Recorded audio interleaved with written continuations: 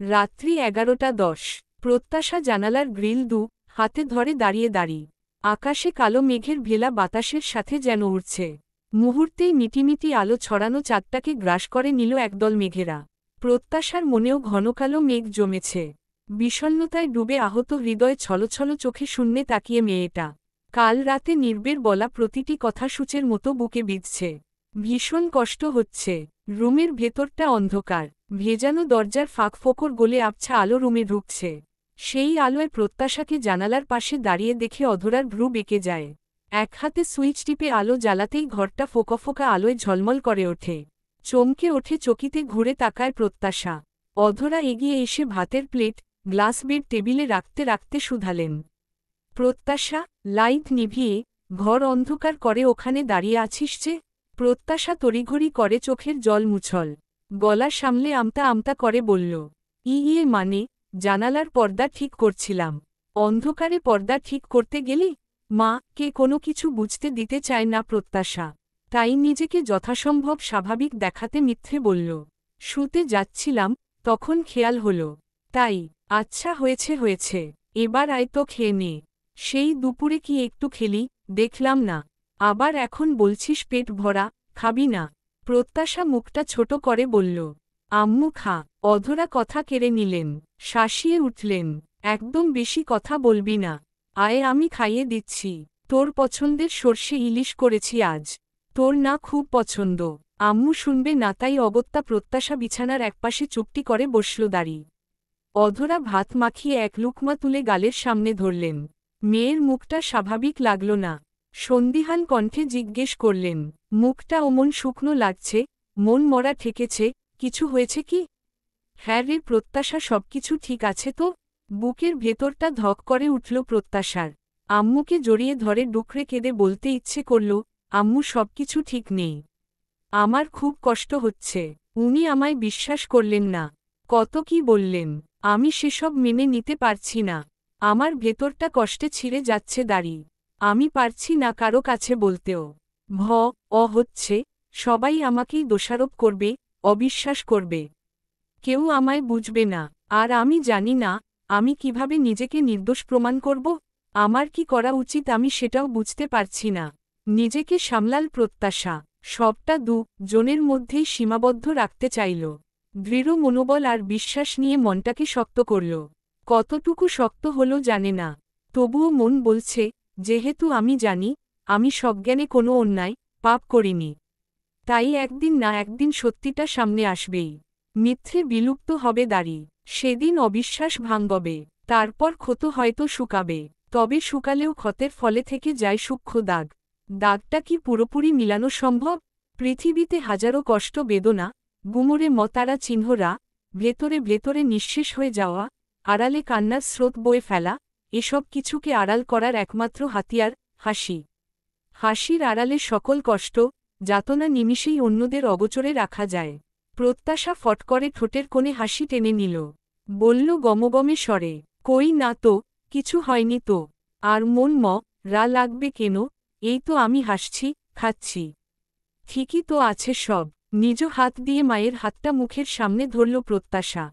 চটজলদি খাবার মুখে নিল। অধরা হঠাৎ বললেন, নীরব আজ ভেতরে এলো না যে? দেখা করেও তো যেতে পারত। ইচ্ছে সাথে ছিল। ইচ্ছেকে দিয়ে উনাকে অফিসে যেতে হবে। তাই নামলেন না। ওহ, ফের কিছু মনে পড়ার ভঙ্গিতে বললেন অধরা। সেই সকালে এসে থেকে তোকে চুপচাপ দেখছি। বাইরেও বের হচ্ছিস না। আমি ভাবলাম ও বাড়ির কেউ কিছু বলেছে নাকি। প্রত্যাশা জোর করে মুখের হাসি ভাব ধরে রাখল। ব্যথাতুর হৃদয়টা ভেঙে যাচ্ছে নিঃশব্দে। তবুও বলল ভেঙে, ও বাড়ির সবাই কত ভালো না? ওরা কিছু বলবে? আম্মু তোমার মাথা ঠিক আছে। ওনারা সবাই তো আমাকে কত আদর করে। অধরা প্রশান্তির সহিত হাসলেন। সায় দিয়ে বললেন, হ্যাঁ নিভানদের ফ্যামিলিটা খুব ভালো। ছেলে ভালো, ফ্যামিলি ভালো, সবকিছু পজিটিভ দেখেই তো নিভানের বাবা বিয়ের প্রস্তাব দিতেই রাজি হয়ে গেলাম। নইলে কি আমার লি মেয়েটাকে এত তাড়াতাড়ি পরের বাড়ি পাঠাতে রাজি হতাম? প্রত্যাশার মুখটা নিমিষেই নিয়ে গেল। আকস্মিক মনে উঠল, নীরব কিসের দয়া দেখিয়েছে? মনে উত্তর সাজাল, নিজেকে তুচ্ছতাচ্ছিল্য করেই আওড়ায়, আমি কোনো দিক থেকেই উনার যোগ্য নই। শুধুমাত্র বাবার কথায় বিয়েটা করে দয়া দেখিয়েছেন, উনি হয়তো এটাই বলতে চেয়েছেন। কথাটা প্রত্যাশার বুকে রেফোরোফোর বিঁধে আছে। নিঃশ্বাস ভারী হয়ে এলো। প্লেট রেখে হাত ধুয়ে মেয়ের রুমে ফের এলেন অধরা। দরজার ওপার থেকেই হাত ছেড়ে বলতে বলতে আসলেন, প্রত্যাশা দেখত, কোন ডিজাইনটা তোর মনে ধরে। প্রত্যাশা বিছানার হেডে গা এলিয়ে বসেছিল। সোজা হয়ে বসে মায়ের দিকে প্রশ্নবোধক চাউনিতে তাকাল। অধরা পাশে বসে ফোনটা ধরলেন মেয়ের সামনে।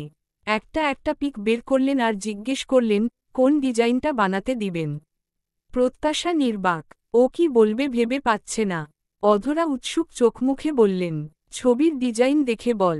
ভেবেছি 2-1 দিনের মধ্যেই গহনা বানাতে দিব। যেগুলো আছে সেসব কেমন পুরনো ডিজাইন মনে হয়। নতুন করে একশেট না বানালে চলে। আর হাতে বেশি সময়ও নেই দাঁড়ি। এই তো পরের সপ্তাহ থেকে তোর পরীক্ষা শুরু।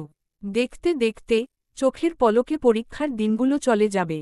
তারপরই তো বিয়ের অনুষ্ঠান। তখন তাড়াহুড়োর মধ্যে সব ভালো হবে না, তাই এক্ষুনি ধীরে সুস্থে সব এগিয়ে রাখছি। থেমে ফের বললেন, কালকে নীলা আসবে, ওর সাথে স্বর্ণকারের কাছে যাব। তুই এখন বল কোনটা পছন্দ হলো। ফোনের স্ক্রিনে চোখজোড়া থাকলেও মন আছে শূন্যতায়। প্রত্যাশার এসব কিছু ভালো লাগছিল না। যেখানে নীরব নিজে বলেছে সম্পর্কটা অনিশ্চিত, সেখানে বিয়ের অনুষ্ঠান, গহনা গাটি সবকিছু প্রত্যাশার কষ্টকে দ্বিগুণ করল। ফাপড়ে পড়ার মতো শ্বাস ফেলল। বলল অধৈর্য হয়ে, আম্মু, যে কোনো একটা চুজ করো তো। আমার ভালো লাগছে না। অধরা কিছুটা হতাশ হলেন। মুখ গোজ করে বললেন, তোর জন্য গড়াচ্ছি, তুই নিজে পছন্দ করবি না। যে সম্পর্কের ভবিষ্যৎ অনিশ্চিত, সেখানে এসব নিয়ে আদিক্ষেতা করা প্রত্যাশার কাছে বিলাসিতা বই কিছু নয়।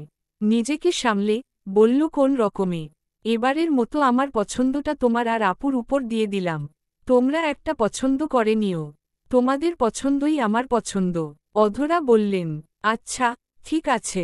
এই দেখালাম, হাজারবার পৈপি করে বললাম। পাছে পছন্দ না হলে কিছু বলতে পারবি না কিন্তু। এই বলে অধরা উঠে দাঁড়ালেন। চলে যেতে শোষব্যস্ত হলেন। এমন সময় প্রত্যাশা শূন্যে তাকিয়ে আচমকা অন্যমনস্ক হয়ে বলে উঠল, আম্মু, একটা প্রশ্নের উত্তর দিবে। যা বলবে ভেবে সত্যি করে। অধরা চিন্তিত বদনে চাইলেন, বলবো। তবে কি কথা। রাগের সময় যা বলা হয় সেসবই কি মনের কথা থাকে। মুখ ফসকে সত্যিটাই কি বেরিয়ে আসে। অধরা মেয়ের মুখের দিকে গভীরভাবে তাকিয়ে রইলেন কিছুক্ষণ। কিছু বোঝার চেষ্টা করলেন, না বুঝলেও কিছু অনুমান করলেন। পর মুহূর্তে পাশে বসে ধীরে ধীরে শান্ত গলায় বললেন, না মা, সব কথা ধরে নিতে নেই। রাগের সময় মানুষ অনেক কিছু বলে ফেলে, যা তার মনেও ছিল না, এমনকি যার অর্থ কি সেটাও ভাবে না। তখন মাথা গরম থাকে, হিতাহিত জ্ঞান থাকে না। নিজের কথার ওজন বুঝে ওঠার মতো অবস্থায় থাকে না সে। একটু থেমে আদর করে প্রত্যাশার মাথায় হাত রাখলেন। মৃদু হেসে বললেন, এই দেখিসই তো রাগ হলে গড়ার সময় তোর আব্বুকে কিভাবে ঝাড়ি।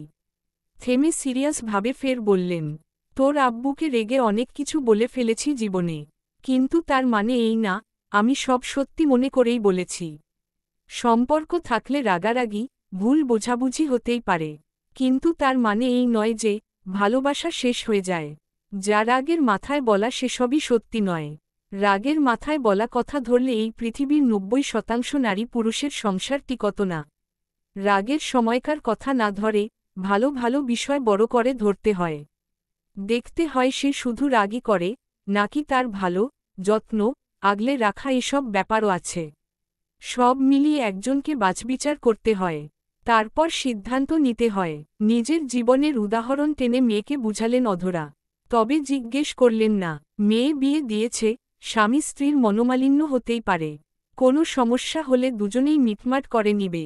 মেয়ে যেহেতু নিজ থেকে কিছু বলছে না, তাই আগ বাড়িয়ে আর কিছু শুধালেন না। মেয়ের বুদ্ধি বাড়ুক, বুঝো আসুক, সুখে শান্তিতে থাকুক, মনেমনে শুধু এই প্রার্থনাটুকুই করলেন। প্রত্যাশার চোখের সামনে জলজল করে উঠল নির্বের কেয়ারগুলো। বিয়ের পর থেকে নির্বের অ্যাক্টিভিস্টগুলো আওড়াল। সেখানে সেই শুরু থেকে নীরবকে ওর প্রতি যথেষ্ট কনসার্ন কেয়ারিং পেয়েছে। সেদিন সবার সামনে নিজেকে খাটো করেছে, কথা শুনেছে। তবুও প্রত্যাশাকে প্রশ্নের সম্মুখীন হতে দেয়নি। প্রত্যাশার নিজের অ্যাক্টিভিস্টের খাতায় নিজেকে শূন্যে পেল। এখন অবধি নির্বের প্রতি কোনো দায়িত্ব পালন করেছে কি? আর 5টা মেয়ের মতো স্ত্রী সুলভ আচরণটুকু কখনো শো করেছে কি? হয়তো ওভাবে সুযোগ আসেনি। তবে উনি যে সার্থককে পছন্দ করেন না তা বোঝানো হয়েছে, বলাও হয়েছে। তবুও প্রত্যাশা বোঝার চেষ্টাটুকু করা দূর আরও যেন হেসে উড়ে দিয়েছিল। ইসোস, নির্বের সেই কথাটা শুনলেই তো আজ এতদূর আসে না। হয়তো এই সমস্যাটুকু আসত না জীবনে। গভীর, বাড়ির সবাই ঘুমের অতলে তলিয়ে আছে। ঘুম নেই নির্বের চোখের পাতায়। হাতে কফির মগ, এই তো মাত্র সে নিজে বানিয়ে আনল। কফির মগে চুমুক দিচ্ছে আর ভাবছে। সিম সার্থকের এনআইডি দিয়ে খোলা। সিম বন্ধ থাকার জন্য সিমের মালিকের অবস্থান ট্যাগ করা যায়নি। তবে সিমটা সার্থকের নামে রেজিস্ট্রেশন করা থাকায় সমীকরণ দাঁড়াচ্ছে, সার্থক নিজেই কি তবে নীরবকে খাটো করতে, নীরব প্রত্যাশার সম্পর্কে ফাটল ধরাতে ছবিগুলো পাঠিয়েছে? যেহেতু সার্থক প্রত্যাশাকে পছন্দ করত, তাই সবকিছুর নীল নকশাকারী স্বয়ং সার্থক হবে এটা অস্বাভাবিক নয়। এখন কুয়াকাটায় সেদিন কি ঘটেছিল, কিভাবে ঘটেছিল, ঘটানো হয়েছিল, সব উত্তর জানতে কুয়াকাটা যাওয়া জরুরি। অতবর নামকরা বিলাসবহুল হোটেলের কোনায় কোনায় নিশ্চয় সিসিটিভি ক্যামেরা আছে। সেসব চেক করে যদি কিছু পাওয়া যায়। এদিকে অফিসিয়াল ডিউটি থাকায় সামনের 2-3 নীরব খুব ব্যস্ত থাকবে। তাই 2-3-এর মধ্যে কোথাও যাওয়া সম্ভব নয়।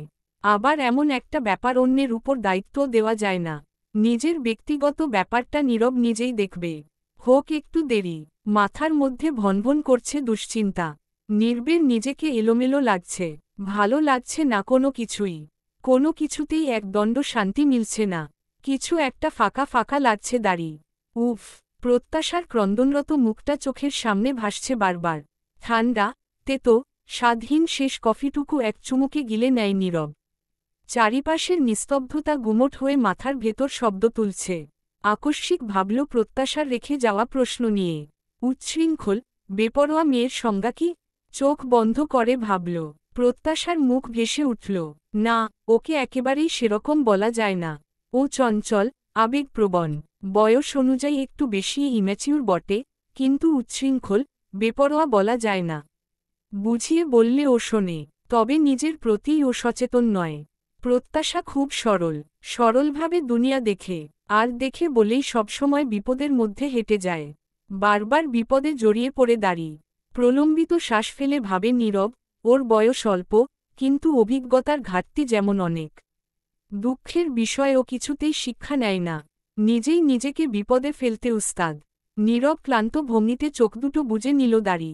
চেয়ারের হেডে কাঁধ হেলিয়ে মনেমনে বলে ওঠে, যদি সত্যিই ও ষড়যন্ত্রের শিকার হয়, তবু এক ফোঁটা দোষ হলেও ওর দোষ তো আছেই। আমি ওকে কতবার বলেছি, সাবধান হতে। বুঝিয়েছি, ইভেন বলেছি সার্থকের থেকে দূরে থাকতে। আজ আমার এই কথাটা অন্তত শুনলে, আজ এত বড় অঘটন ঘটে না।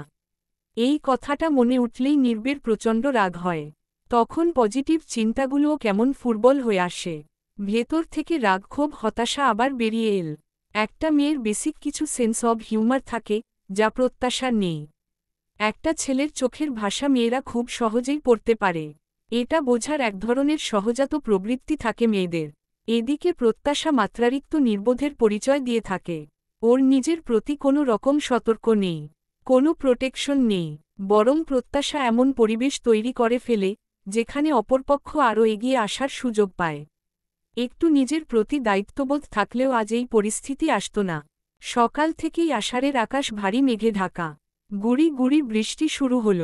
বায়োলজির প্র্যাকটিক্যাল খাতায় স্বাক্ষর নিতে প্রত্যাশা কলেজে এসেছিল।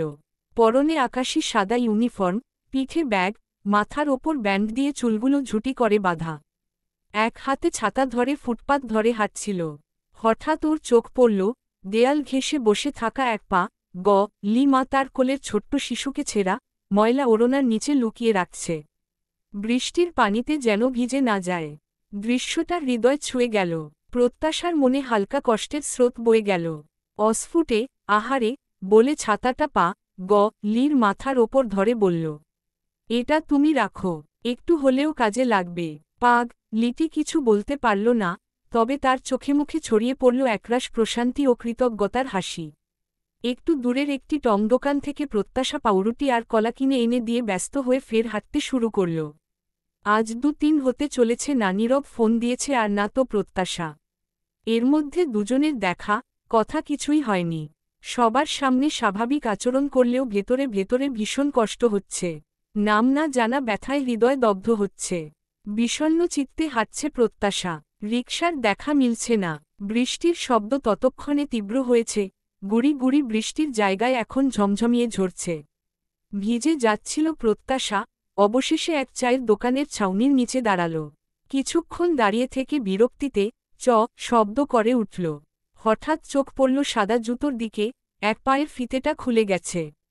হাঁটু মুড়ে বসে ফিতা বাঁধতে লাগল প্রত্যাশা। এমন সময় রাস্তার পাশে জমে থাকা কাদা পানির উপর দিয়ে ছুটে এলো একটি বাইক। ছিটকে উঠে কাদা পানি প্রত্যাশার পোশাকে আর মুখে লাগে। প্রত্যাশা রাগী দৃষ্টিতে মাথা ঘুরিয়ে তাকাল। বাইকে তিনজন হ্যাংলা পাতলা ছেলের দল। বাইকটা সামনে গিয়ে থামল। তারা হুড়মুড় করে ছাউনির তলায় ঢুকে পড়ল। প্রত্যাশার আগে গোজগোজ করলেও মুখে কিছু বলল না। ছেলে তিনটেকে দেখতেই বখাটে লাগছে, একজনকে অবশ্য চেনে প্রত্যাশা। ওদের সাথেই পড়ে, তবে নামকাও আসতে পড়ে বখাটেপনাই করে বেড়ায়। ছেলেগুলো ঠোঁটে সিগারেট ধরিয়ে প্রত্যাশাকে স্ক্যান করতে থাকে। মুহূর্তেই সিগারেটের ধোঁয়ায় চারিপাশ ছেয়ে যেতে থাকল। সিগারেটের ধোঁয়া উড়িয়ে একজন হেরে গলায় গান ধরল, আরেকজন সিটি বাজাতে লাগাল। প্রত্যাশা খুব করে কাশল। ওর অস্বস্তি হচ্ছে। নীরবকে সিভিল ড্রেসে পাঠানো হয়েছে একজন ব্যবসায়ীর সাথে দেখা করতে, যে কিনা গোপনে মাদক পাচারের সাথে জড়িত বলে গোয়েন্দা সূত্রে সন্দেহ করা হয়েছে। পুলিশ সরাসরি গ্রেপ্তার না করে আগে প্রমাণ সংগ্রহ করতে চায়। নীরব ক্লায়েন্ট সেজে সেই ব্যক্তির সাথে কফিশপে কফি খেতে খেতে কথার ছলে সন্দেহভাজনের থেকে তথ্য জোগাড় করছে নীরব। বিদায় নিয়ে কফিশপের থেকে বের হয়ে সামনে দাঁড়িয়ে পড়ল নীরব। ঝমঝমিয়ে বৃষ্টি হচ্ছে। কালো প্যান্টের উপর কালো শার্ট ছেড়ে দিয়ে পরা, চোখে কালো সানগ্লাস, কানে এয়ারপড। হাতঘড়িতে সময় দেখে কানের এয়ারপডটা নাড়ল। ফিসফিসিয়ে কিছু বলল। শেষে বলল, ৩টার দিকে তারা চিহ্ন এলাকায় পুলিশ ফোর্স পাঠিয়ে দিতে হবে। সব রেডি রাখতে হবে। Okay sir. এর মধ্যে আচমকা নির্বের দৃষ্টিজোড়া খানিকটা দূরে পড়ল। ভ্রু কুচকে তাকিয়ে রইল। প্রত্যাশা একপাশে সিটিয়ে দাঁড়িয়ে। একজন হঠাৎ বলে উঠল, কি আপু, বৃষ্টি ভালো লাগে? নাকি ছায়া বেশি পছন্দ? নাকি ঝলমলে রোদ? আরেকজন ধোয়া ছেড়ে বলল, আপু কিছু বলছেন না যে, কি খাবেন বলুন, এক্ষুনি অর্ডার করছি। তৃতীয়জন বলল, ঠান্ডার দিনে হট কিছু দেরে। আপু হট হোক আমরাও।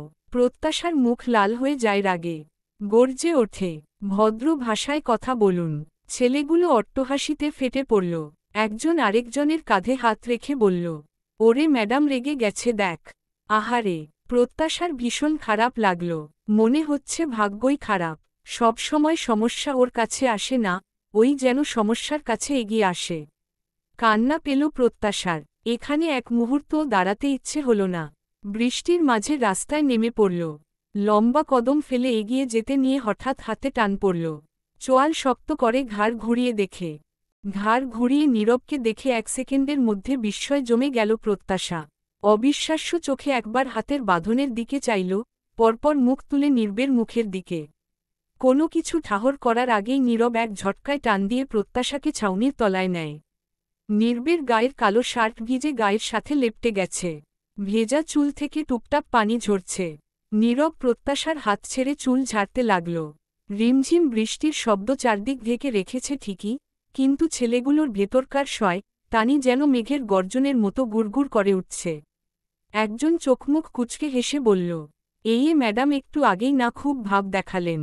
আরে আমরা তো কেবল মুখ দিয়ে একটু ইয়ার্কি করেছিলাম মাত্র। এখন যে আরেকজন সোজা হাত ধরল, তাও কিছুই বললেন না। তখন যে খুব ভালো সেজে চেতে উঠলেন। সাথে সাথে প্রত্যাশাদের সাথে পড়া ছেলেটা বলে উঠল, আরে মনে হয় ছোঁয়াতে সুখ পেয়েছে। আর এই বলবে কি, যে কি না কলেজ থেকে ট্যুরে গিয়ে হারিয়ে যায়। নাগরের সাথে সারাদিন কাটিয়ে। প্রত্যাশা অস্বস্তি, অপমানে জোরসর হয়ে দৃষ্টি নুয়ে নিল। এর মধ্যে ঠাস ঠাস শব্দে চারিপাশ কেঁপে উঠল। নীরব দুটোর গালেই সজোরে র বসায়। র খেয়ে কথা হারিয়ে ছেলেটি ধরফর করে একপাশে কাত হয়ে পড়ে।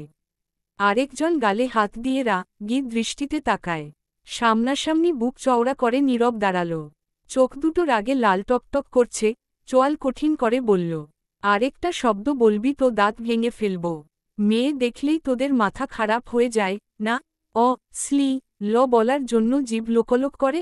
জিভ টেনে ছিঁড়ে মেয়েদের টিজ করার স্বাদ মিটিয়ে দিব।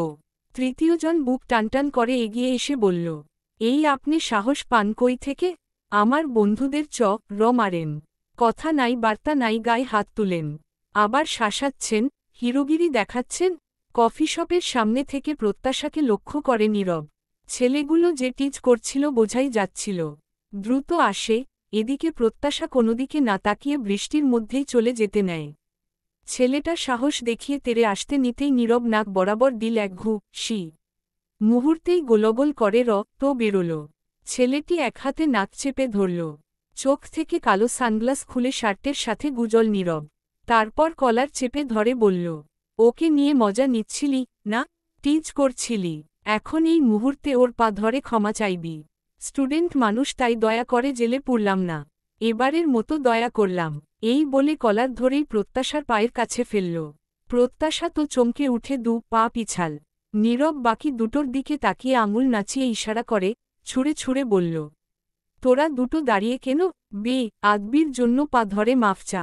বাঁচতে হলে যা বলছি ফাস্ট তাই কর দাঁড়ি। কুইক। জনের একজন শার্টের হাতা গুটাতে গুটাতে এক পা এগিয়ে কণ্ঠে তেজ নিয়ে বলল, কোন হে চ্যাটের বা ল তুমি? তোমার কথা শুনতে হবে।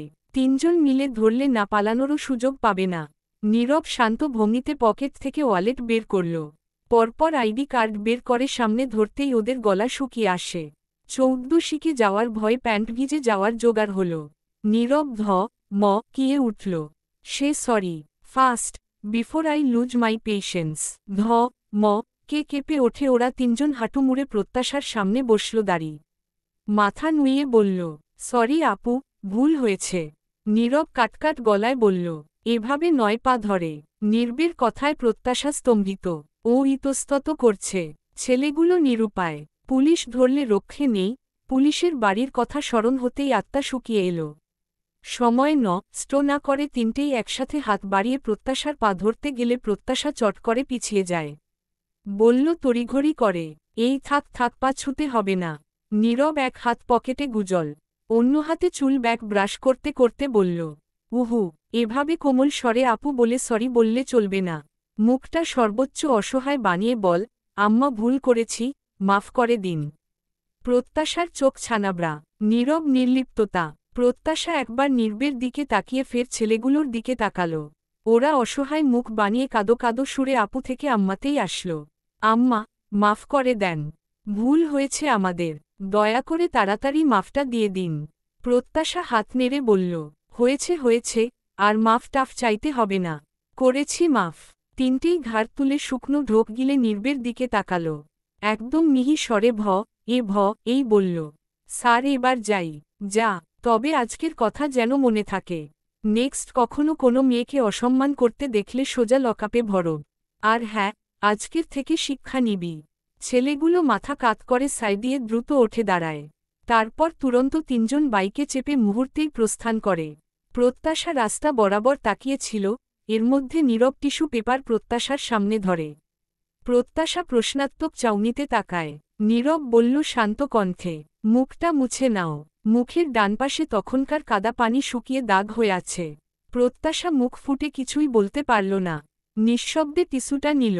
প্রত্যাশার অবচেতন মনটা বলে উঠল, আসলেই উনাকে বোঝা আমার পক্ষে দুঃসাধ্য। আমার দেওয়া ওনাকে মিস্টার আনপ্রেডিক্টেবল নামটা যথার্থ। নীরব প্রস্ত কল লিস্ট থেকে কল লাগাল। রিসিভ হতেই ব্যস্ত স্বরে বলল, তানভীর তুমি কোথায়? স্যার, আমি 3 রাস্তার মোড়েই আছি। আচ্ছা, তুমি যেহেতু ওখানে আছোই, আমার একটা হেল্প লাগবে। যত দ্রুত সম্ভব একটা অটো বা সিএনজি তারা চিহ্ন পাঠিয়ে দাও। Okay sir, thanks. কোনো এক অদৃশ্য জোরতায় প্রত্যাশা কিছুই বলতে পারল না। নীরবও কিছুই না বলে ফোন স্ক্রুল করতে লাগল। প্রত্যাশার তীব্র মন খারাপ হল। হঠাৎ মনে প্রশ্ন জাগল, এখানে আমি ছাড়া অন্য মেয়ে থাকলেও কি উনি একই রকম আচরণ শো করতেন?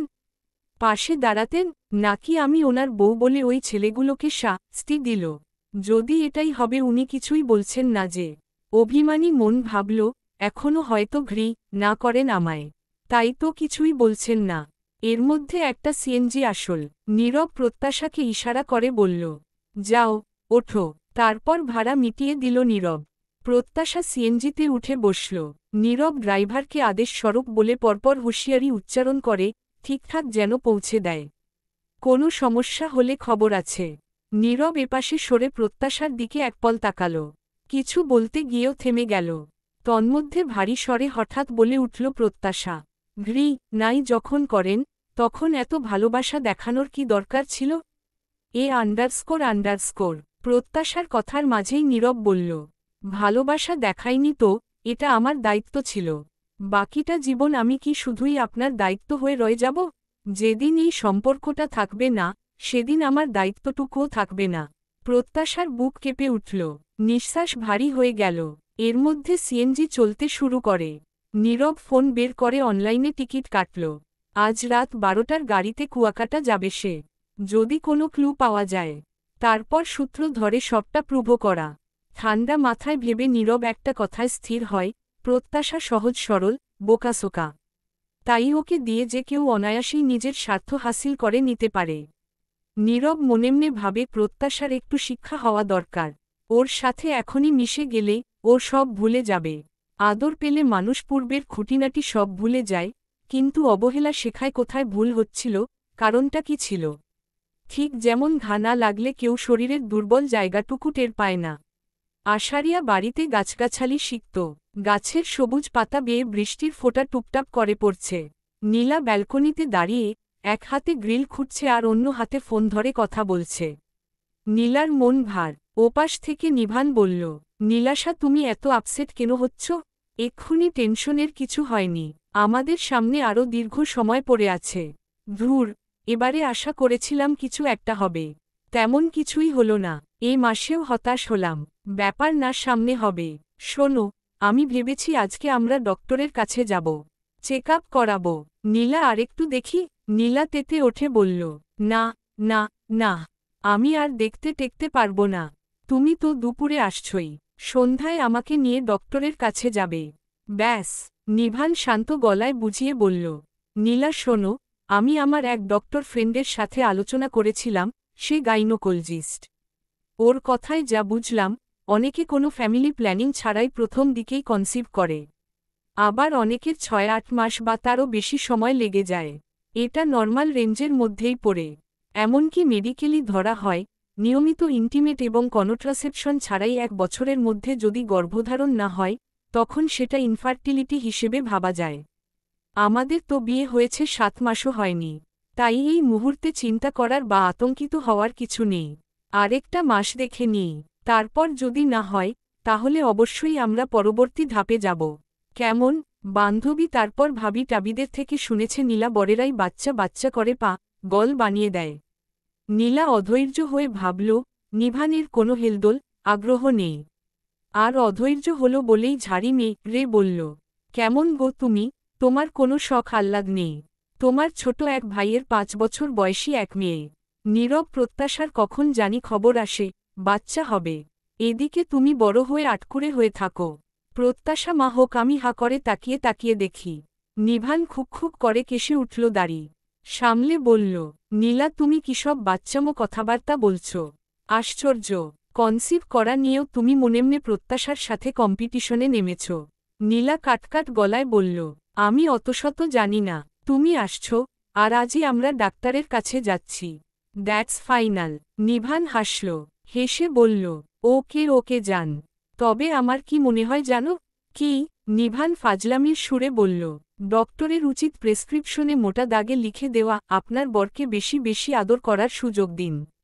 যখন আবদার করবে, না করা চলবে না। তাহলেই অতিসত্বর আপনি মা হতে পারবেন। নীলার গাল লজ্জায় লাল হল। লজ্জা আড়াল করতে রাগ দেখিয়ে বলল, নিভান, আজেবাজে কথা বাদ দিয়ে তাড়াতাড়ি কাজ সেরে আসো। নিশ্চয় যান। তুমি কিন্তু রেডি থেকো। ল একটা। নিভানকে কিছু বলার সুযোগ না দিয়েই নীলা কলকা ল। লাঞ্চ আওয়ারে শফিক সাহেব বাড়ি এসেছেন। অটো থেকে নেমে বাসায় ঢুকতে গিয়ে হালকা ভিজে গিয়েছেন। অধরা তোয়ালে এনে দিলেন। শফিক সাহেব তোয়ালে দিয়ে মাথা মুছতে মুছতে জিজ্ঞেস করলেন, প্রত্যাশা কি করে? নীলা টিভি দেখছিল। বিড়বিড় করল, এসেই ওর কথা জিজ্ঞেস করা লাগে। যত্ত সব আদিক্ষেতা। আব্বু আম্মুকে দেখে মনে হয় আমিই কুড়িয়ে পাওয়া মেয়ে, আর প্রত্যাশাই ওদের আপন পেটে ধরা মেয়ে। অধরা ঘড়ির দিকে একবার তাকালেন, তারপর দরজার দিকে কিছুটা উদ্বেগ প্রকাশ করে বললেন, প্রত্যাশা কলেজে গিয়েছে, এখনও ফিরল না। এত বৃষ্টি হচ্ছে, মেয়েটা কোথাও আটকে আছে না তো? একবার ফোন দিয়ে দেখো তো কোথায় আছে। শফিক সাহেব পকেট থেকে ফোন বের করলেন। চুলোয় তরকারি থাকায় অধরা ত্রস্ত কিচেনে গেলেন। কল দিবেন এমন সময় নীলা বলে উঠল, ওই এসেছে। দরজাটা খোলা ছিল। প্রত্যাশা বিবর্ণ মুখটা নিয়ে এগিয়ে আসছে। কপালের উপর থাকা ছোট ছোট চুলের ডগা বেয়ে টপটপ পানি পড়ছে। শফিক সাহেব মেয়ের দিকে তাকিয়ে বললেন, প্রত্যাশা মা, ভিজে গেছো দেখছি। যে বৃষ্টি হচ্ছে, আসতে কোনো সমস্যা হয়নি? রিকশা পেয়েছিলে? বৃষ্টির দিনে রিকশা, অটোদের তো আবার হাইক বেড়ে যায়। খালি বসে থাকবে, ভাড়া তো দ্বিগুণ বলবেই, তারপরও তোষামোদ করতে হয়। প্রত্যাশা শুকনো হেসে বলল, না আব্বু, সমস্যা হয়নি। জলদি মাথা মুছে নাও, নইলে আবার জ্বর সর্দি হবে। সামনে পরীক্ষা, এখন জ্বরটর হলে বিপদ। তোয়ালে বাড়ালেন মেয়ের দিকে। প্রত্যাশা পিঠ থেকে ব্যাগ নামিয়ে সোফায় রাখল। তোয়ালে নিয়ে মাথা মুছতে লাগল। শফিক সাহেব আদুরে গলায় জিজ্ঞেস করলেন, প্রত্যাশা, পরীক্ষার প্রিপারেশন কেমন? আজ দিন তো সবসময় বই নিয়েই বসে থাকতে দেখি। তা এবারে আশানুরূপ ফল পাওয়া যাবে তো? প্রত্যাশা উত্তর দিল না। বাবার গা ঘেঁষে বসল। হঠাৎ বলে উঠল, আমি জানি এই পরীক্ষার রেজাল্ট খুব ভালো হবে না, কারণ আমি আগে কখনোই সিরিয়াস হইনি। তবে আব্বু, আমি কথা দিচ্ছি, এরপর থেকে পড়াশোনায় মনোযোগ দিব, খুব খুব সিরিয়াস হব। আমি পাবলিকে চান্স পাব না, আমার সে মেধা নেই। আব্বু, তুমি কি আমাকে প্রাইভেটে ভর্তি করাবে? আমি দূরে ভালো কোথাও ভর্তি হতে চাই। সেখানে আমার সম্পূর্ণ মনোযোগ দিব, চেষ্টা করব। চেষ্টা করলে নাকি মানুষ সব পারে। আমি সেই চেষ্টাটুকু করতে চাই। কিন্তু প্রাইভেটে তো খরচ বেশি। নীলা শব্দ করে হেসে উঠল। বলল, খোঁচা মেয়ে রে, আমি কি দেখছি? মনে হচ্ছে ভূতের মুখে রাম রাম শুনছি। ইয়া আল্লাহ, পড়াশোনায় সিরিয়াস হবি তুই, যেখানে আম্মু ছোট থেকে পিটিয়েও পারেনি। যেটুকু পড়েছিস ফেল ঠেকাতে, ক্লাস বাই ক্লাস উঠতে, সে নাকি এখন শেষকালে এসে সিরিয়াস হবে। How funny. শফিক সাহেব বীর তো মুখে বললেন। নীলা মা, হাসার কি হল? আর ছোটবোনকে কোথায় আরও উৎসাহ দিবে, তা না হাসি ঠাট্টা করছ? নীলা হাতের রিমোট দিয়ে টিভি বন্ধ করল। ঘুরে বসে সিরিয়াস গলায় বলল, শোনো আব্বু, আমার কথা মিলিয়ে নিও। প্রত্যাশাকে প্রাইভেটে ভর্তি করে শুধু শুধু টাকা নষ্ট করা ছাড়া কিছুই হবে না। ও পড়বে, সেই পড়া দিয়ে কিছু করবে? ওকে অক্সফোর্ডে ভর্তি করলেও লাভ হবে না। কথায় আছে না, যে লাউ সেই কদু। প্রত্যাশাটা আজীবন অমনি থাকবে। প্রত্যাশার চোখ ভিজে এলো। অধরা খুন্তি হাতে রান্নাঘরের দোরগোড়ায় দাঁড়িয়ে জোরেশোরে বললেন, এসএসসিতে গোল্ডেন, ইন্টারে প্লাস, অনার্স, মাস্টার্সে ফার্স্ট ক্লাস পেয়ে তুই মনে হয় খুব কিছু করে ফেলেছিস। প্রথমবার বিসিএস দিতে গিয়েই প্রিলিমিনারি থেকেই আউট হলি। এখন তো সেসবের চেষ্টাও বাদ দিয়ে সংসার করবি বললি। সেই সংসারটাও কতটুকু মন দিয়ে, সবার সাথে মিলেমিশে, সবার মন জয় করে করছিস শুনি? নীলার মুখটা ভোতা হল। অধরা প্রসঙ্গ বদলিয়ে শফিক সাহেবকে বললেন, শুনছ, বিরিয়ানির মশলা দেখছি নেই, একটু এনে দিবে তাড়াতাড়ি। শফিক সাহেব উঠে দাঁড়াতে দাঁড়াতে বললেন, নীলা মা, ছাতাটা এনে দাও তো। নীলা মুখ কালো করে বলল, প্রত্যাশার কাছেই তো ছাতা আছে, এখন ওরটা নিয়েই যাও। প্রত্যাশা বলে উঠল, আমার ছাতাটা তো নেই। নীলা তীক্ষ্ণ স্বরে বলল, নেই মানে? সকালেই তো নিয়ে বেরোলি। প্রত্যাশা আমতা আমতা করে বলল, ওটা একজনকে দিয়েছি। সব শুনে শফিক সাহেব বললেন, ঠিক আছে, ভালো করেছ। অধরা ভেতর থেকে আরেকটা ছাতা আনতে গেলেন। নীলা নাকমুখ কুচকে বলল, অন্যের টাকার কেনা জিনিস তো, কোনো দরদ নেই। তোর কি, একটা দিলে আব্বুকে বললে আরেকটা নতুন পাবি। অন্যের টাকা পয়সা দিয়ে হাতেম তাই সাজার অভ্যেস তোর যাবে না। নিজের কিছু দান করে দেখিয়ে দিস। প্রত্যাশা বলল, আমার নিজের বলতে তেমন কিছুই নেই, তবে থাকলে, কেউ চাইলে আমি নিশ্চয় দিব, যদি আমার সাধ্যের মধ্যে থাকে। নীলা ভেঙচি কেটে বলল, আচ্ছা আচ্ছা, আজ যে বড় করে বললি, কোনোদিন সময় এলে দেখব। দেখব কতটা উদার আর মহৎ তুই। অধরা ছাতা স্বামীর হাতে দিয়ে টোকে ধমক দিলেন। সব সময় তর্কাতর্কি। শফিক সাহেবকে হঠাৎ জিজ্ঞাসা করলেন, বড় জামাইকে ফোন করে দাওয়াত দিয়েছ? ছোট জামাইকে আবার বলেছ তো, নাকি খেয়াল নেই? হ্যাঁ, জনকেই ফোন করে বলেছি। তবে নীরব বলল, ও ডিউটিতে আছে, খুব ব্যস্ত, তাই আসা সম্ভব হবে না। কথাটা বলতে বলতে শফিক সাহেব বেরিয়ে গেলেন। প্রত্যাশা ব্যাগ হাতে তুলে রুমে যাবে বলে দাঁড়িয়েছে। ও দীর্ঘশ্বাস ফেলে ভাবে, ওনাকে তো একটু আগেই ক্যাশুয়াল ড্রেসে দেখলাম। হয়তো আসবে না বলেই ডিউটির অজুহাত দিয়েছে। একদিন পর মাঝরাতে দুঃস্বপ্ন দেখে ঘুম ভাঙে প্রত্যাশার। অস্থির ঠেকেছে, অস্থিরতায় কপালে বিন্দু বিন্দু ঘাম জমতে থাকে। গলাটা শুকিয়ে কাঠ গেছে, প্রচণ্ড তেষ্টা পাচ্ছে। রুমের ওয়াটার বোতলটা ফাঁকা দেখে ডাইনিংয়ে আসে। জগ থেকে গ্লাসে পানি ঢালতে ঢালতে নজরে এলো, নীলা আম্মু আব্বুর রুমের দরজার সামনে। ওদিকে চেয়ে গ্লাসটা হাতে নেয় প্রত্যাশা। নীলা কম্পিত স্বরে চেঁচিয়ে উঠল, আম্মু, আব্বু নিভান ফোন দিয়েছিল। অধরা এগিয়ে এসে চোখে মুখে চিন্তার ছাপ ফেলে শুধালেন, নীলা, কি হয়েছে এত রাতে? কারো কোনো সমস্যা হয়েছে? নিভান ফোন দিয়েছিল তোর শ্বশুরের কিছু হয়েছে? ভদ্রলোক ঠিক আছেন তো? প্রত্যাশা ভ্রু কুঁচকে ওদিকে চেয়ে বোঝার চেষ্টা করছে। নীলা জোরে জোরে নিঃশ্বাস ফেলছে। ও বলল কোন রকমে, আম্মু, নির্বের অ্যাক্সিডেন্ট হয়েছে। কথাটা শ্রবণ হতেই প্রত্যাশার মাথাটা যেন চক্কর দিল। হাতটা কেঁপে ওঠে, হাত খসে গ্লাসটা ফ্লোরে পড়ে যায়। মুহূর্তেই কাচ ভেঙে মেঝেতে ছড়িয়ে ছিটিয়ে পড়ে। শব্দ শুনে অধরা আর নীলা একসাথে ডাইনিংয়ে তাকায়। ভোর 4:50 বাজে। হাসপাতালের করিডোর কাঁপছে ছুটে আসা স্ট্রেচারের চাকার শব্দে। মাথা থেকে রতারা চিহ্ন তো ঝরছে, আকাশি রঙের শার্ট লাল রঙে ভিজে একাকার। নির্বের নিথর দেহখানা পড়ে আছে। চোখের পাতা নিভু নিভু কিন্তু জ্ঞান নেই।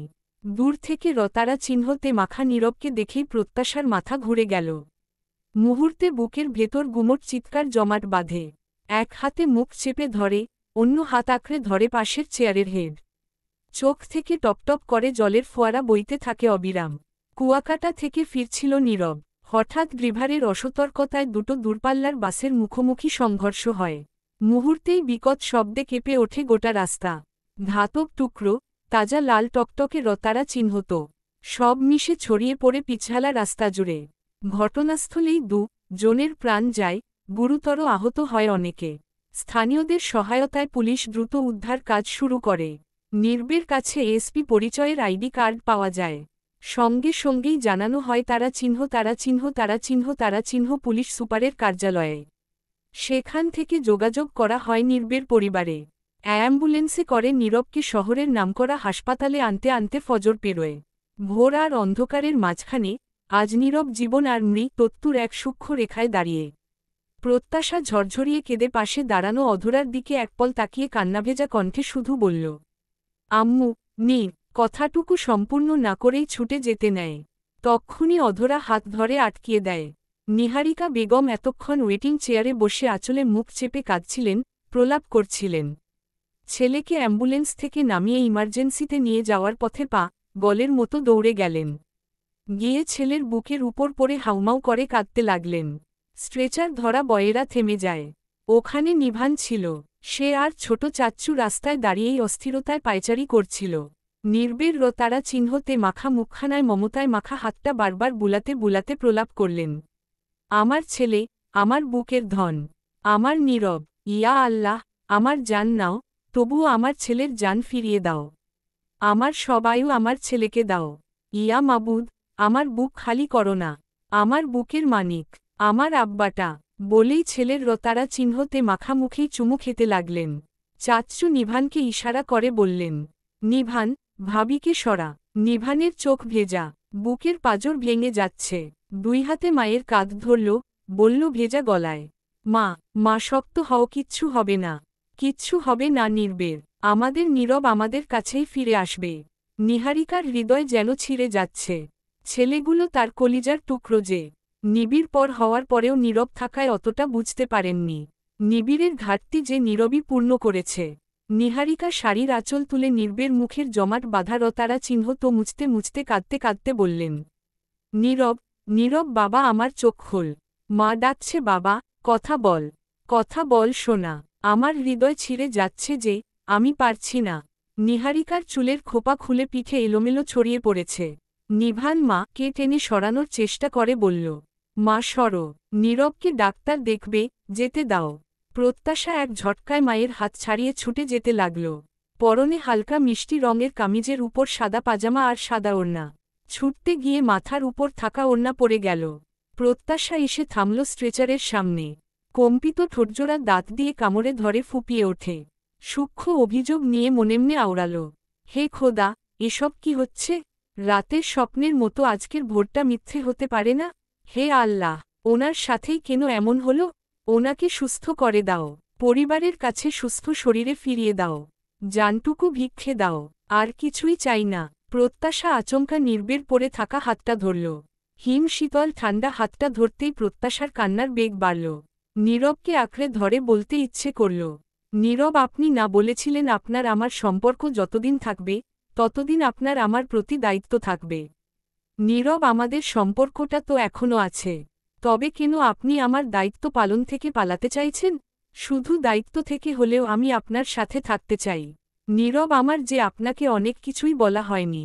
আপনি কেন এত বড় একটা দুর্ঘটনা ঘটালেন? প্লিজ, কিছু বলেন, আমার যে খুব কষ্ট হচ্ছে। নিভান মা কে টেনে সরাল। নিহারিকা নিভানকে জড়িয়ে হাউমাউ করে কাঁদতে লাগলেন। নীলা পাশে দাঁড়িয়ে বারবার চোখ মুছছে। ডিউটি ডক্টর এসে পালস রেট চেক করে বললেন, পালস রয়েছে, তবে অত্যন্ত ক্ষীণ। হেমোরেজিক শকে চলে যাচ্ছে পেশেন্ট। এক্সেসিভ ব্লিডিংয়ের কারণে ব্লাড প্রেসারও র্যাপিডলি ড্রপ করছে। ফাস্ট ওটি রেডি করতে হবে। ইমিডিয়েট সার্জারির প্রিপারেশন দরকার। স্যারের সাথে কথা হয়েছে, উনি রাস্তায় আছেন, যে কোনো মুহূর্তে পৌঁছে যাবেন। ব্লাড গ্রুপ অনুযায়ী ইমিডিয়েট ব্লাড অ্যারেঞ্জ করুন।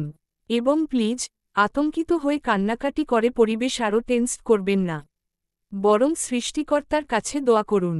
এটাই এখন সবচেয়ে জরুরি। স্ট্রেচার টান দিল। নির্বের হাতটা তখনও ধরে থাকায় প্রত্যাশা টান খেল। নির্বের হাত থেকে নিজের হাতটা ধীরে ধীরে ছুটে আসল। নির্বের হাতটা ঝুলতে থাকল। প্রত্যাশা সেদিকে অশ্রুসিক্ত নয়নে তাকিয়ে অবচেতনে বলে ওঠে, আপনি সুস্থ হন, আমি আগের আপনাকে ফিরে পেতে চাই। আপনি বাঁচুন নীরব, আর আমি বাঁচতে চাই কেবল আপনাকে ঘিরেই। শফিক সাহেব এগিয়ে মেয়ের মাথায় হাত রাখতেই প্রত্যাশা বাবার বুকের উপর মুখ গুজে কাঁদতে লাগল। চেয়ারে বসে মাহবুব সাহেব বারবার চোখের পানি মুছছেন আর বিড়বিড় করে দোয়া ইউনুস পাঠ করছেন।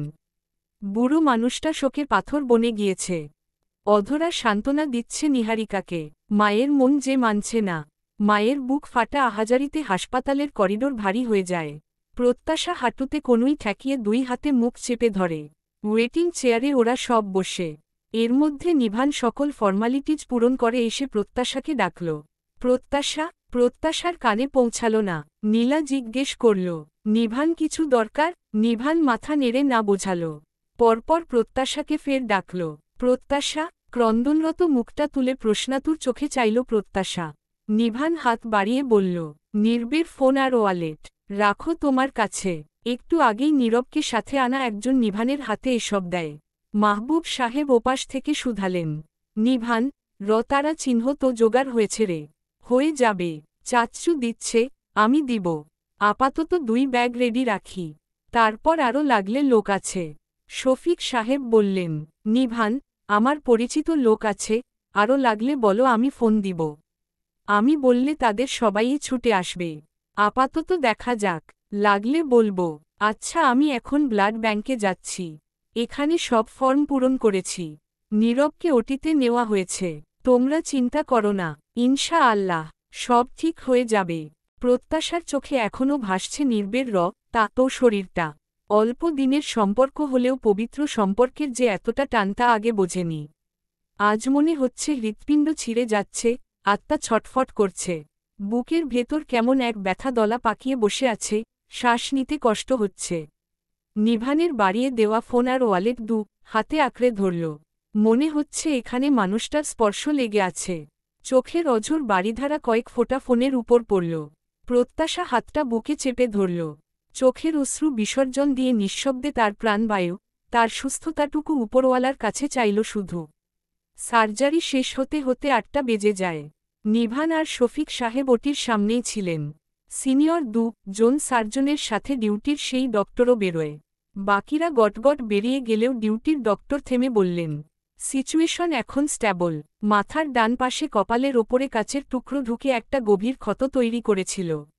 মস্তিষ্কের মেমব্রেনে হালকা স্ক্র্যাচ পড়েছিল, তবে ব্রেইন টিস্যুতে কোন স্থায়ী ক্ষতি হয়নি। এটাই সবচেয়ে রিলিভিং দিক। পায়ের হাঁটুর নিচে হাড়ে ফ্র্যাকচার হয়েছে, সেটা প্লেট দিয়ে সেট করা হয়েছে। দুটো অপারেশনই সফলভাবে সম্পন্ন হয়েছে। নিভান কিছুটা স্বস্তির নিঃশ্বাস ফেলল। ব্যাকুল স্বরে জিজ্ঞাসা করল, ডক্টর, আমার ভাই একদম সুস্থ হবে তো? কোনো সমস্যা হবে না তো? ডক্টর অমায়িক কণ্ঠেই বলল, দেখুন দুটো অপারেশনই সাকসেস। আপাতত টেনশনের কিছু নেই। কিছুক্ষণের মধ্যেই পেশেন্টকে কেবিনে শিফট করা হবে। পেশেন্টকে এখন শুধু পর্যবেক্ষণে রাখতে হবে।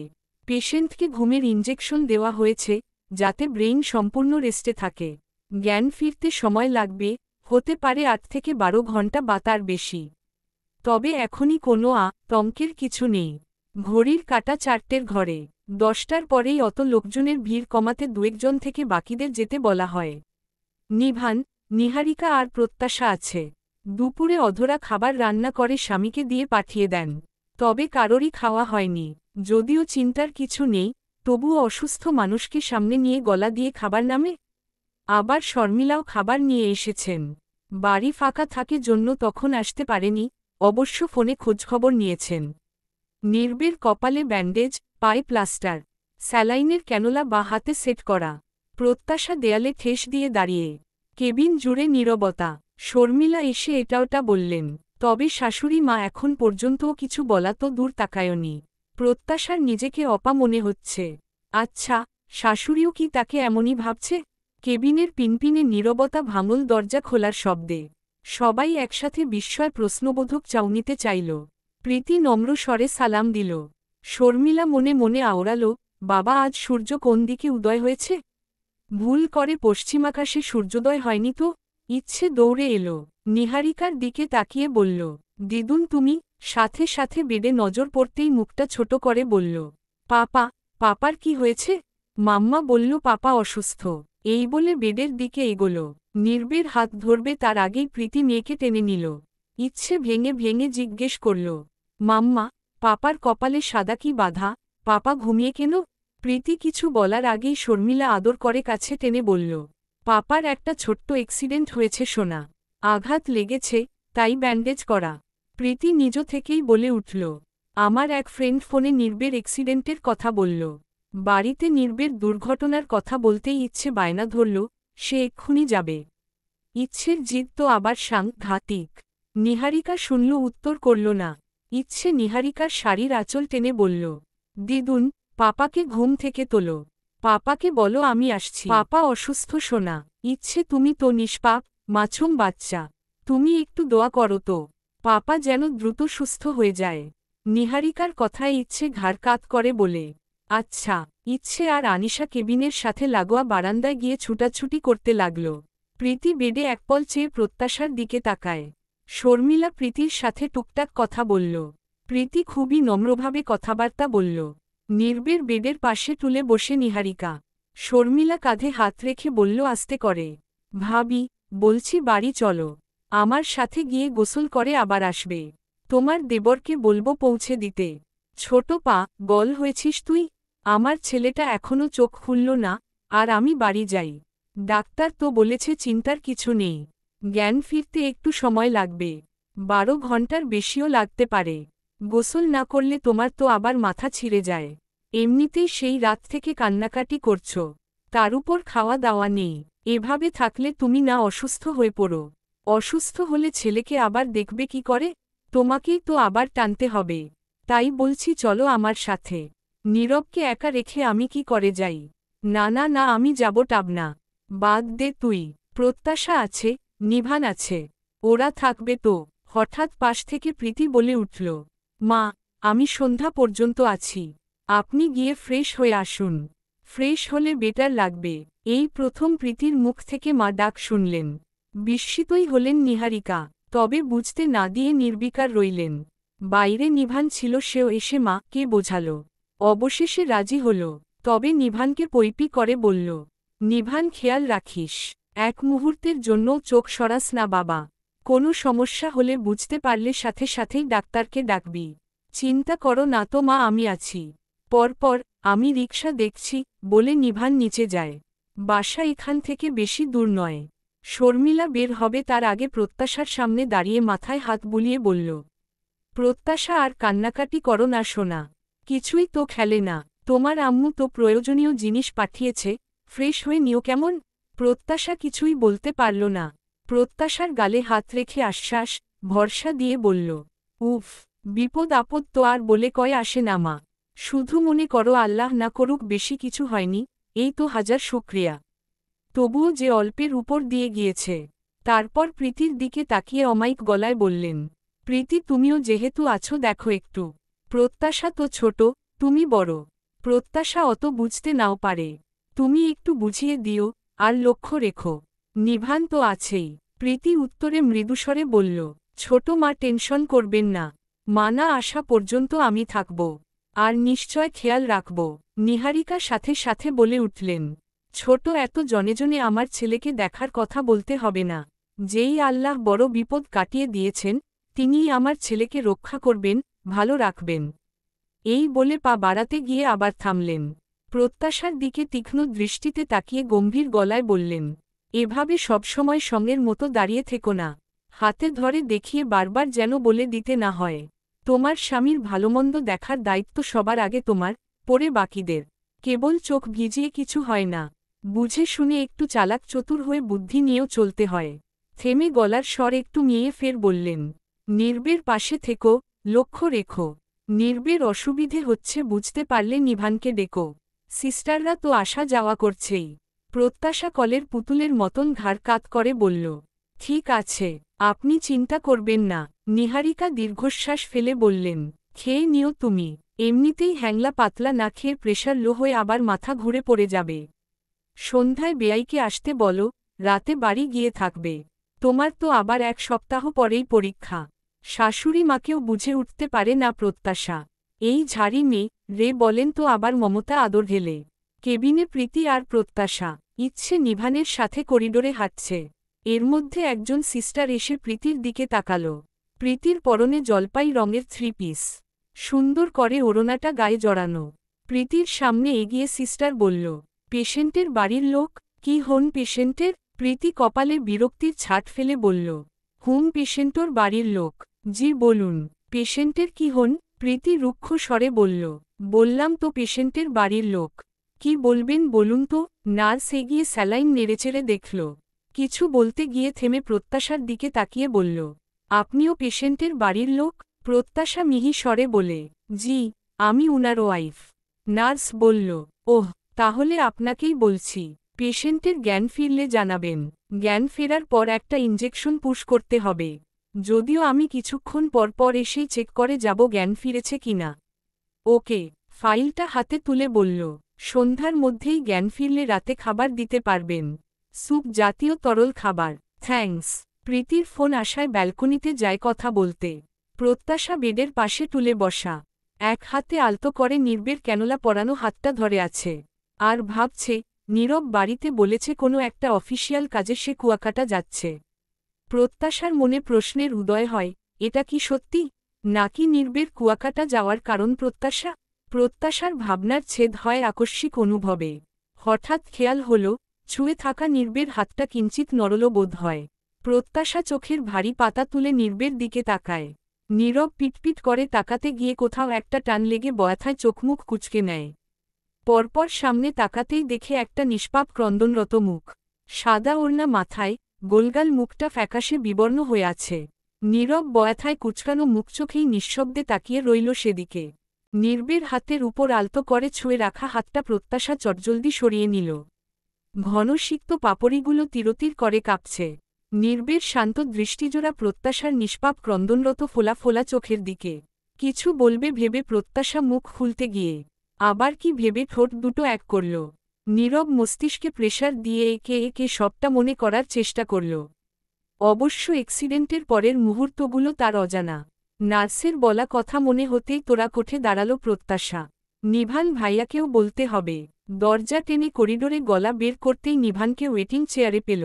ইচ্ছের সাথে গল্প করছে।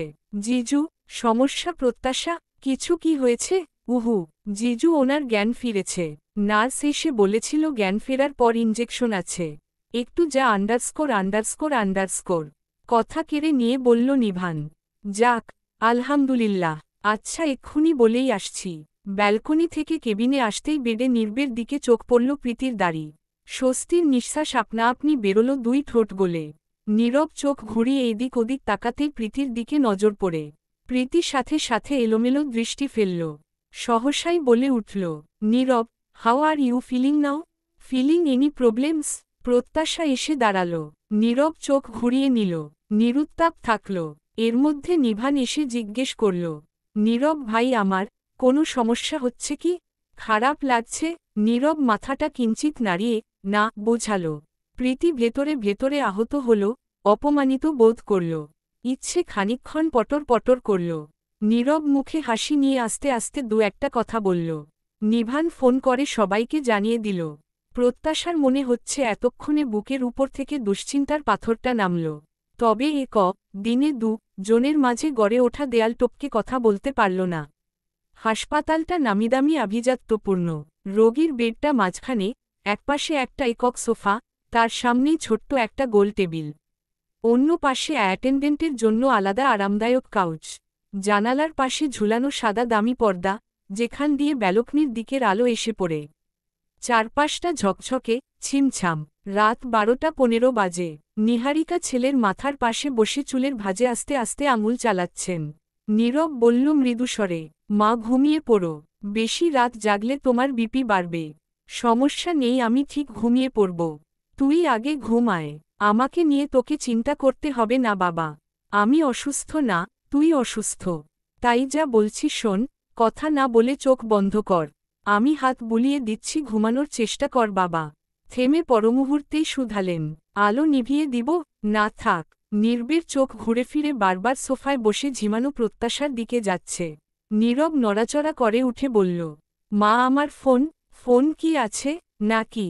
নিহারিকা জিভে বিরক্তিসূচক শব্দ তুলে বললেন, এত নড়াচড়া, ছটফট করছিস কেন বলতো? বারবার পা নড়াচ্ছিস। ডাক্তার রেস্টে থাকতে বলেছেন। পাটা এক্ষুনি এত মুভমেন্ট করতে বারণ করেছেন। কিন্তু তুই তো দেখছি বাচ্চা হয়েছিস। কোনো নিষেধ বারণই শুনতে চাইছিস না। উফ মা, আমার মনে হচ্ছে তোমরা সবাই মিলে আমাকে বাচ্চা বানিয়ে রেখেছ। আর কিছুই হবে না, এত টেনশন করো না। ডক্টরের সাথে কথা বলে দ্রুত বাসায় যাওয়ার ব্যবস্থা করো। বাসায় গেলেই একদম সব ঠিক হয়ে যাবে। নিহারিকা কপট রাগ দেখিয়ে বললেন, ডাক্তারকে বলবো তোকে যেন তাড়াতাড়ি রিলিজ না দেয়। রিলিজ দিলেই তো ঠিক করে সুস্থ হওয়ার আগেই আবার অফিসে ছুটবি। শুরু হয়ে যাবে কাজ নিয়ে ব্যস্ততা, দৌড়াদৌড়ি।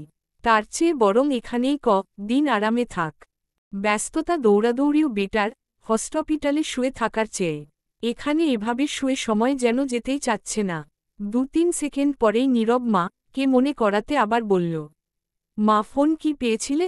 যদিও পাওয়ার কথা নয়, তবে পকেটেই তো ছিল। ও হ্যাঁ, ফোন আছে তো প্রত্যাশার কাছে। এই বলে ঘাড় ফিরিয়ে ডাকলেন, প্রত্যাশা। প্রত্যাশা ঝিমুচ্ছিল। একটু ধরফ্রিয়েই উঠে, অপ্রস্তুত হয়ে বলল, হ্যাঁ। নির্বের ফোন তোমার কাছে আছে না? রেখেছিলে কি? প্রত্যাশা উঠে সামনের টেবিলে রাখা টোট ব্যাগটার ভেতর থেকে ফোন বের করে বলল, এই ফোন। নীরব চাইছে। প্রত্যাশা ত্রস্ত ওয়ালেটও বের করল।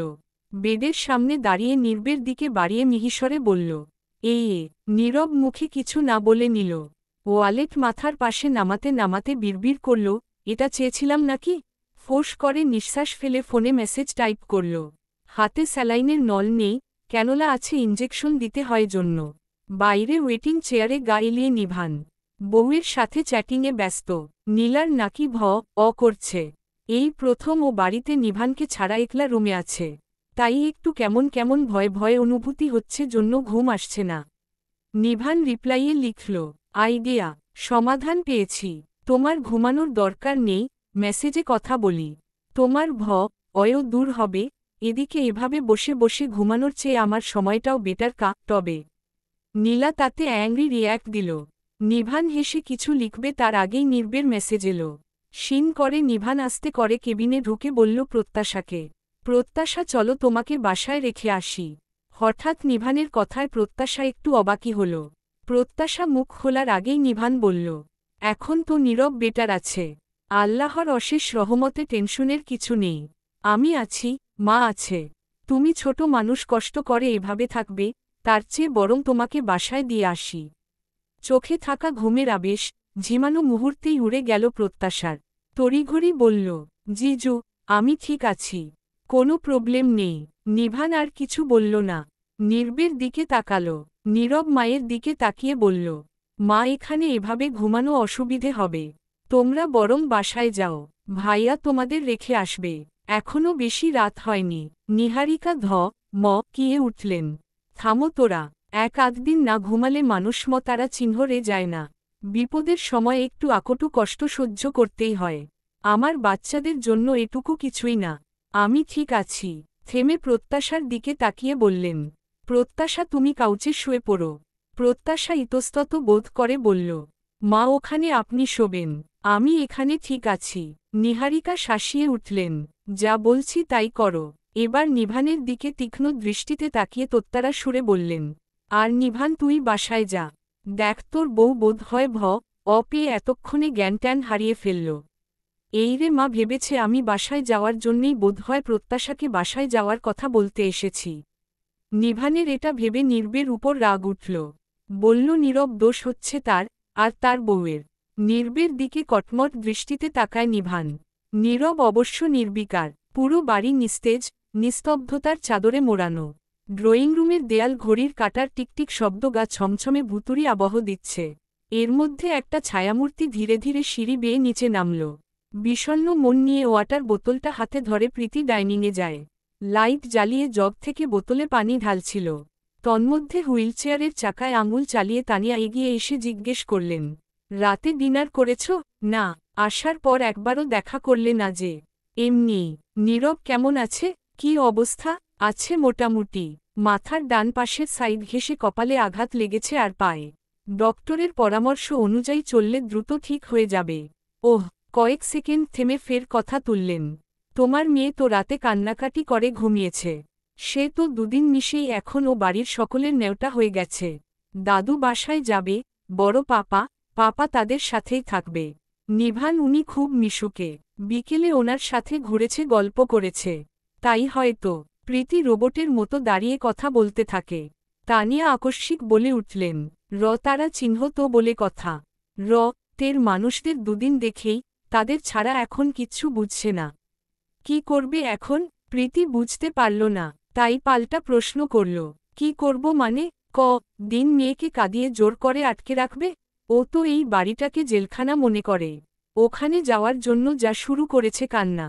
আমি বিরক্ত হচ্ছি। পাঠিয়ে দাও ওকে। আর তুমি, কেন, আমাকেও কি এখন ওর সাথে ও বাড়ি যেতে বলছো? মনে পড়বে না? জানি না। প্রীতি শোনো, আমি বলি, ওদের তারা চিহ্ন তো, ওদের বংশের প্রথম সন্তান। ওরা নেওয়ার জন্য এক পায়ে রাজি হবে। তুমি চাইলে আমি পুরনো সবকিছু ভুলে ক্ষমা চাইব।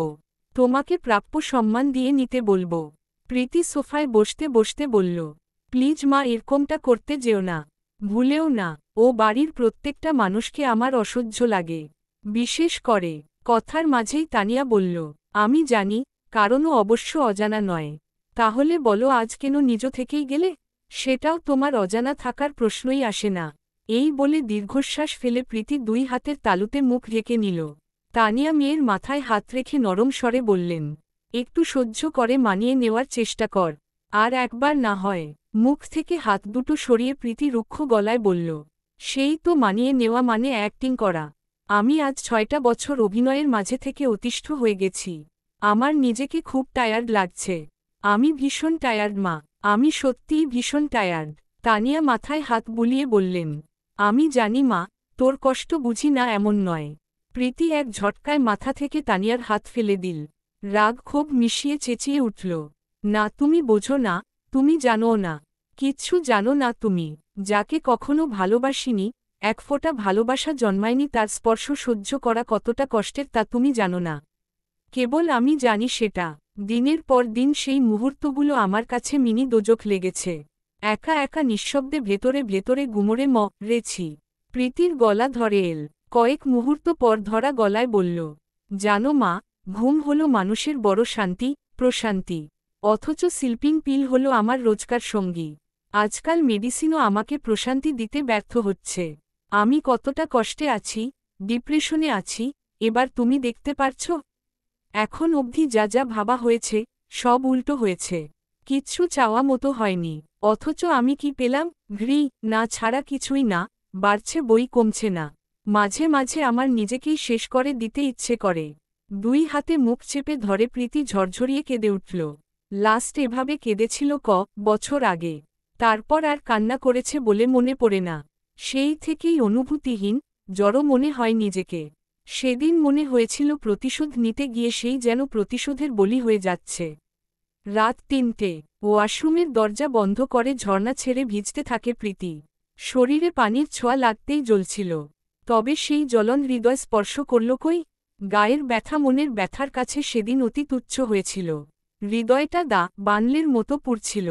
পুরুষের ফার্স্ট স্পর্শ হওয়ার কথা ছিল স্বর্গীয় সুখানুভূতি। কিন্তু যাকে ভালোবাসেনি, মেনে নিতে পারেনি তার স্পর্শ গুণের মতো লাগছিল।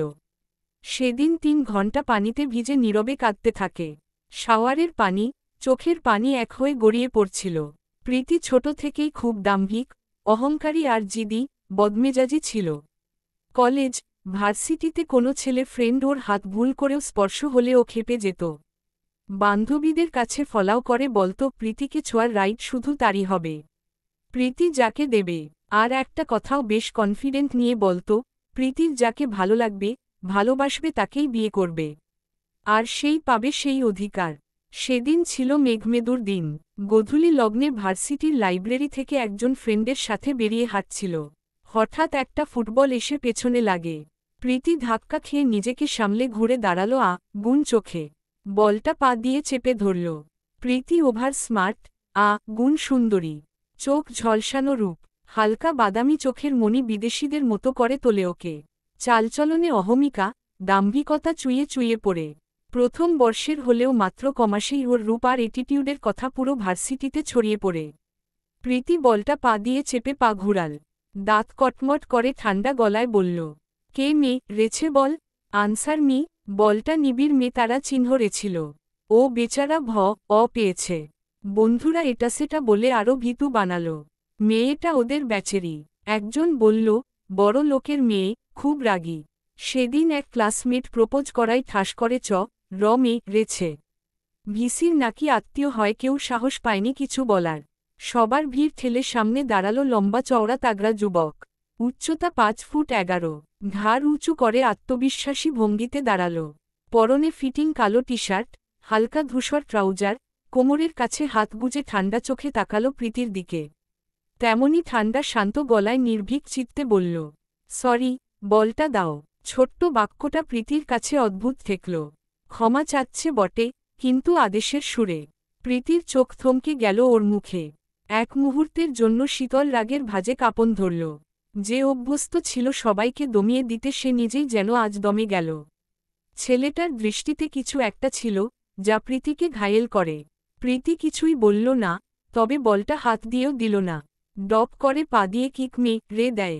নীরব দক্ষ হাতে সেটা ধরে নেয়। প্রীতি ছেলেটি সম্পর্কে খোঁজ নিয়ে শুনল ছেলেটিও তাদের ব্যাচের, কেমিস্ট্রি বিভাগের। প্রীতির ওভার কনফিডেন্স ছিল, কেউ তাকে রিজেক্ট করতে পারে এই ধারণা তার ছিল না। রিজেক্ট হওয়ার পর প্রীতির ইগো হার্ট হয়। 2 দিন পর, বিকেলের নরম রোদ ব্যালকনি দিয়ে কেবিনে ঢুকে হুটোপুটি খাচ্ছে। প্রত্যাশা নিঃশব্দে পা টিপে টিপে হাঁটছে। গতকাল দুপুরে বাসায় গিয়েছিল, আজকে মাত্র আসলো। সামনে ওর পরীক্ষা তাই সবাই বারণই করেছে আসতে। তবে মনটা আকুপাকু করছিল আসতে। আবার অধরাও বলেন, জামাই হসপিটালে মেয়ে এভাবে এই বাড়ি থাকলে কথা হবে। ওরা না বললেও আত্মীয় স্বজন, পাড়া প্রতিবেশীর মুখ তো ধরে রাখা যাবে না। কখন আবার বলে ফেলে, আর ভালোও দেখায় না। শফিক সাহেব মেয়েকে নিয়ে আসেন। প্রত্যাশার হাতে ব্যাগ ভর্তি মালটা, আপেল। সেগুলো টেবিলে নামিয়ে রাখে। নীরব ঘুমিয়ে আছে, তাই আর শফিক সাহেব ডাকলেন না। আজ শুক্রবার বিধায় নিভান মা কে বাসায় পাঠিয়ে এতক্ষণও ছিল। প্রত্যাশা আশায় চলে গেল নিশ্চিন্তে। এমনিতেও কাল নীরবকে ছাড়বে। আজকের রাতটুকু শুধু। দুপুরে খাওয়ার পর নিভানের সাথে গল্প করে ঘুমিয়ে পড়েছিল। ঘুম ভেঙে গলাটা কেমন শুকিয়ে আসছিল। নীরব বেডের সাইডের টেবিল র্যাকের উপর মিনারেল ওয়াটারের বোতল হাত বাড়িয়ে নিতে যায়। শুয়ে থাকায় নাগাল পাচ্ছিল না, আরেকটু সরে হাত বাড়াল। ঠিক তখনই প্রত্যাশা বোতলটা নিল। প্রত্যাশা এতক্ষণ ব্যালকনিতে ছিল। প্রত্যাশা কিছুটা ঝুঁকে আছে, জনের চোখে চোখ পড়ল। প্রত্যাশা চোখ নামিয়ে নিলেও নিঃশব্দে তাকিয়ে রইল নীরব। প্রত্যাশা বোতলের ক্যাপ খুলে মৃদু কণ্ঠে বলল, পানি। নীরব দৃষ্টি সরিয়ে পানির বোতল নিল। বেডের হেডে হেলান দিয়ে পানি পান করল। বোতল রাখতে যাবে তখন প্রত্যাশা হাত সামনে ধরল। প্রত্যাশার হাতে বোতলটা দিতে গিয়ে জনের আঙুলে আঙুল ছুঁয়ে যায়। প্রত্যাশা অপ্রস্তুত হয়ে বোতলটা রাখল। নীরব ফোন স্ক্রুল করছে। প্রত্যাশা আর চোখে নীরবকে দেখে চুপচাপ সোফায় বসে ফোন অন করল। জনের মধ্যে কোনো কথাই হচ্ছে না। যতটুকু প্রত্যাশা এই হেল্প করতে গিয়ে বলেছে, ব্যাস এতটুকুই। প্রত্যাশা দীর্ঘশ্বাস ফেলল। এর মধ্যে তানভীর দেখা করতে আসে। সেদিনও অবশ্য এসেছিল।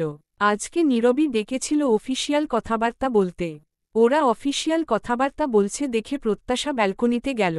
তানভীর বিদায় নিবে সেই মুহূর্তে নীরব বলল, তানভীর একটা হেল্প লাগবে। জি স্যার বলুন। নীরব টাকা বের করে বাড়িয়ে বলল, 2টা ভ্যানিলা আইসক্রিম আনবে, আর তুমি নিচ থেকে চা আর কফি খেয়ে নিও। তানভীর কিঞ্চিত মাথা নুয়ে হাসল। বলল অমায়িক গলায়, না না স্যার, টাকা লাগবে না, আমি আইসক্রিম এনে দিচ্ছি। তবুও নীরব জোর করেই টাকা গুজে দিল। প্রত্যাশা সোফায় বসে মুখভার করে ফোন টিপছে।